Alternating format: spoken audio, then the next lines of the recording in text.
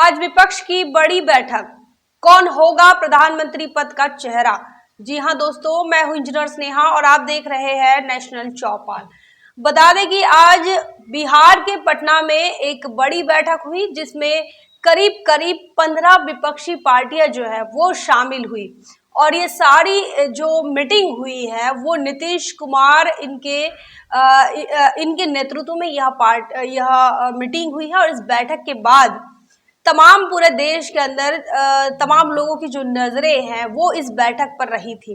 आखिर इस बैठक में क्या होगा, क्या क्या फैसले किए जाएंगे, किस अलग अलग पार्टी के जो मतभेद हो रहे थे, क्योंकि मीटिंग के एक दिन पहले ही ममता बनर्जी जो है वो बिहार पहुंच चुकी थी और उसके बाद भी ममता बनर्जी की तरफ से कुछ मीटिंग को लेकर ऐसी ऐसी बातें चली थी कि वो भी संतुष्ट नहीं है।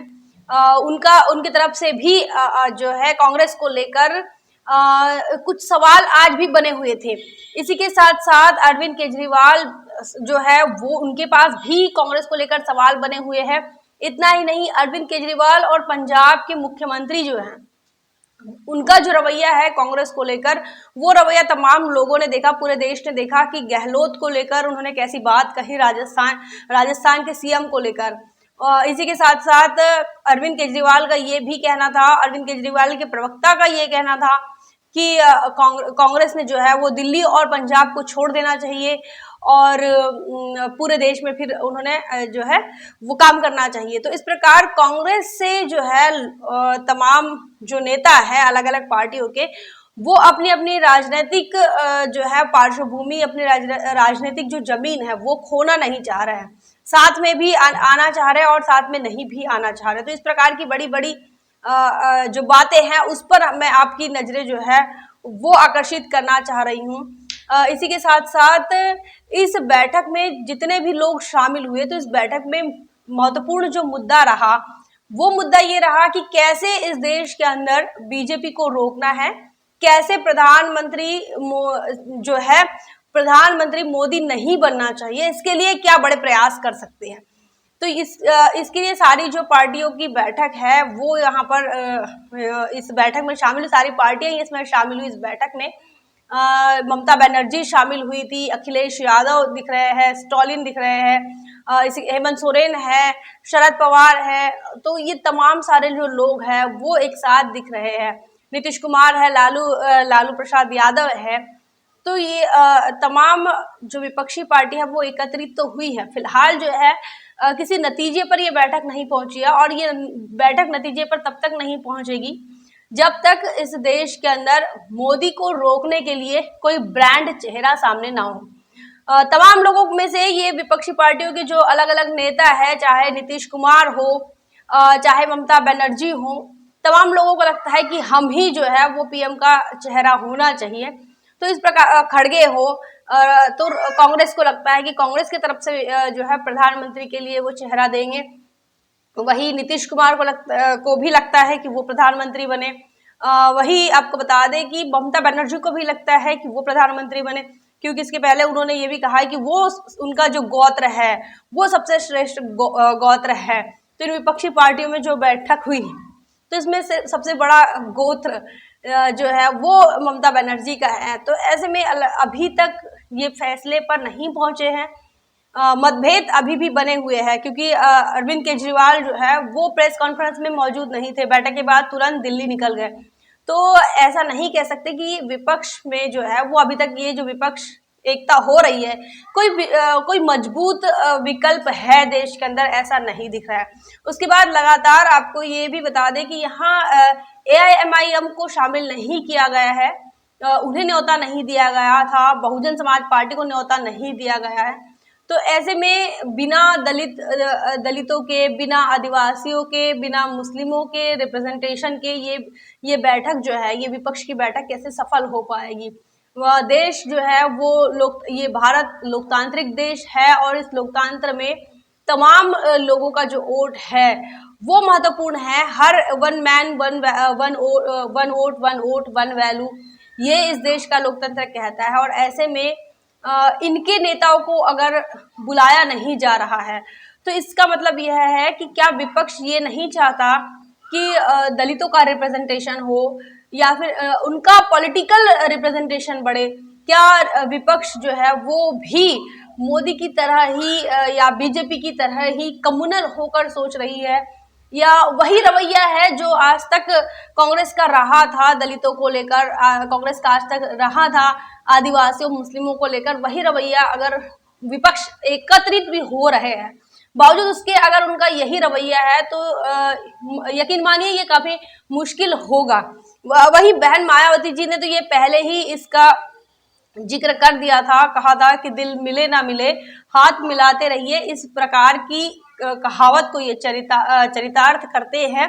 साथ ही बहन मायावती जी ने ये भी कहा था कि यूपी के अंदर 80 लोकसभा सीटें हैं और इन 80 लोकसभा सीटें जो है यही सफलता की कुंजी है। लोकसभा चुनाव के सफलता के लिए ये 80 लोकसभा सीटें सफलता की कुंजी है, लेकिन विपक्षी पार्टियां जो है वो इस तरफ ध्यान नहीं दे रही हैं। उत्तर प्रदेश को इग्नोर किया जा रहा है और मात्र एक अखिलेश यादव के भरोसे पर उत्तर प्रदेश जीता नहीं जा सकता और इसीलिए बहन मायावती जी ने इस प्रकार का ट्वीट किया था। बहुजन समाज पार्टी को शामिल नहीं किया गया है। तमाम लोग इंतजार कर रहे थे कि बहुजन समाज पार्टी अपनी तरफ से कोई पहल करे, लेकिन बहुजन समाज पार्टी अपने काम में व्यस्त है। वो अपने ऑर्गेनाइजेशनल सेटअप को बना रही है, अपने ऑर्गेनाइजेशनल ढांचे में सुधार कर रही हैं। फिलहाल विपक्षी एकता में बहुजन समाज पार्टी की तरफ से कोई भी सकारात्मक जो है सकारात्मक पहल नहीं हुई है। हालांकि विपक्ष पर बहन मायावती जी ने कहा है कि उनकी पैनी नजर है, वो ध्यान दे रही है कि विपक्ष किस प्रकार से काम कर रहा है, किस प्रकार से विपक्ष की बैठकें हो रही है। वही बहन मायावती जी के ट्वीट में उन्होंने ये भी कहा था और उन्होंने जो बैठक ली थी पिछले दिनों वहां पर भी उन्होंने ये कहा था कि बीजेपी की भी कार्यकलापों पर मेरा ध्यान है, बीजेपी की नीतियों की तरफ भी मेरा ध्यान है और विपक्ष क्या कर रहा है उसकी तरफ भी मेरी पैनी नजर है। और आज तो सारा साफ हो गया है। बात बता दें कि इस विपक्ष की बैठक में कोई महत्वपूर्ण इशू जो है या फिर किसी मुकाम पर नहीं पहुंची है यह चर्चा। फिलहाल जो है इस बैठक को 12 जुलाई तक एक्सटेंड किया गया है। इस बैठक की अगली जो बैठक है ये कांग्रेस की तरफ से होने जा रही है और ये हिमाचल प्रदेश के शिमला में होगी। लेकिन बात वही है, सारा देश इसी बात का इंतजार कर रहा है कि आखिर विपक्ष प्रधानमंत्री पद के लिए किसे चेहरा देना चाहता है। पूरे देश के अंदर के जो लोग हैं वो यही जानना चाहते हैं कि आखिर मोदी को रोकेगा कौन, किसका चेहरा ऐसा है कि जो प्रधानमंत्री मोदी को मोदी लहर से रोक सके, पूरे देश को मोदी लहर से बचा सके, कम्युनल लहर से बचा सके। तो ये तमाम चीजें हैं और उसी के साथ साथ इसी बीच जो है वो असदुद्दीन ओवैसी का बड़ा बयान सामने आ रहा है इसी विपक्षी बैठक को लेकर। उन्होंने कहा है कि ये जो बैठक है ये दलितों, मुस्लिमों और आदिवासियों का पॉलिटिकल एम्पावरमेंट नहीं चाहते। ये तमाम लोग जो अपने आप को सेक्युलर कह रहे हैं ये सेक्युलर लोग नहीं हैं। उन्होंने बड़ा आरोप लगाया, उन्होंने कहा कि उद्धव ठाकरे सेक्युलर हो गए हैं। उद्धव ठाकरे अब तक वो बीजेपी के ही साथ रहे थे। इसी के साथ साथ नीतीश कुमार पर भी उन्होंने सवाल उठाए, कहा कि गोधरा हत्याकांड में नीतीश कुमार ही थे रेलवे मंत्री और नीतीश कुमार ने सत्ता का जो स्वाद है वो बीजेपी के शासनकाल में चखा है। वो कई बार कभी बीजेपी के साथ रहते हैं फिर बीजेपी से बाहर निकल जाते हैं। तो इस प्रकार से सवाल या निशान खड़े किए हैं कि ये क्या मजबूत विपक्ष दे सकते हैं। कम्युनल आइडियोलॉजी के तहत जिस प्रकार से काम हो रहा है देश के अंदर, हिंदुत्व के नाम पर काम हो रहा है, तो उसको रोकने के लिए कोई बात नहीं कर रहा है, कोई मुस्लिमों की बात नहीं कर रहा है। ओवैसी का यह भी कहना है कि 100 साल पुरानी जो मजार है, मदरसा है, उसमें आग लगा दी जाती है और नीतीश कुमार के ही अपने खुद के जिले में, खुद के क्षेत्र में, तो वो वहां बैठक नहीं कर सकते या फिर वहां जाकर मिल नहीं सकते, वहां विजिट नहीं कर सकते। तो ये कैसे सेकुलर लोग हैं, ऐसी बड़ी बात कही है। इसी के साथ साथ बता दें कि ओम प्रकाश राजभर से की तरफ से जो सुहेलदेव भारतीय समाज पार्टी के नेता अध्यक्ष राष्ट्रीय अध्यक्ष ओम प्रकाश राजभर, इनकी तरफ से वापस से बयान वही आया है। वो बार बार कह रहा है कि बहुजन समाज पार्टी की राष्ट्रीय अध्यक्ष बहन कुमारी मायावती जी के बगैर कुछ नहीं हो सकता। वो कह रहे हैं कि देश में अगर मोदी को रोकना है तो बहन मायावती जी से सारी की सारी जो पार्टियां हैं जो एकत्रित हुई है, जो अपने आप को विपक्ष का चेहरा मानती है या फिर विपक्ष में मानती है, उन तमाम लोगों ने बहुजन समाज पार्टी की राष्ट्रीय अध्यक्ष बहन कुमारी मायावती जी से मिलना चाहिए, उन्हें मनाना चाहिए। उनका यह कहना है कि अगर बहन मायावती इस बात के लिए तैयार हो जाती है कि वो प्रधानमंत्री उन्हें बनाए, अगर इस बात पर अगर तैयार होती है तो विपक्ष ने उन्हें प्रधानमंत्री पद का चेहरा घोषित कर देना चाहिए। तो ये बड़ी बात ओम प्रकाश राजभर ने कही है, और ओम प्रकाश राजभर के साथ साथ ये तमाम बात महान दल की तरफ से भी आई है। कई ओबीसी नेता उत्तर प्रदेश के जो है वो ऐसे निकल कर आ रहे हैं कि वो बहुजन समाज पार्टी के राष्ट्रीय अध्यक्ष इन्हें ही बड़ी ताकत मानते हैं। वही बहुजन समाज पार्टी जो है वो फिलहाल इस बैठक से दूरी बनाए हुए हैं। क्या किसी बात का इंतजार हो रहा है, ये तमाम चीजें तो वक्त ही बताएगा। लेकिन फिलहाल जो है प्रधानमंत्री पद के लिए चेहरा जो है वो क्लियर नहीं हुआ है। कांग्रेस की तरफ से राहुल गांधी जो है वो बार बार खड़गे की तरफ इशारा कर रहे थे।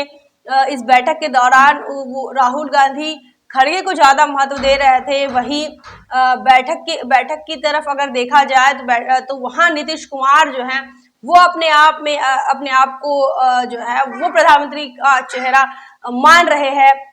इस प्रकार से ये जो बैठक है इसमें तमाम राजनीतिक दल जो है वो अपनी अपनी जमीन खोज रहे हैं और अपनी अपनी जमीन भी तलाश कर रहे हैं। जिस प्रकार उनका अपने राज्य में, अपने प्रदेश में जिस प्रकार से उनकी ताकत है, तो उनको लगता है कि अब इस प्रकार जब लोकसभा के चुनाव होंगे तो लोकसभा में भी वो अपना एक्सटेंशन चाहते हैं, वो अपनी पार्टी को बढ़ाना चाहते हैं। और इतना ही नहीं, अब वो कद भी चाहते हैं, वो चाहते हैं कि देश के प्रधानमंत्री बने, देश के प्रधानमंत्री पद के दावेदार बने।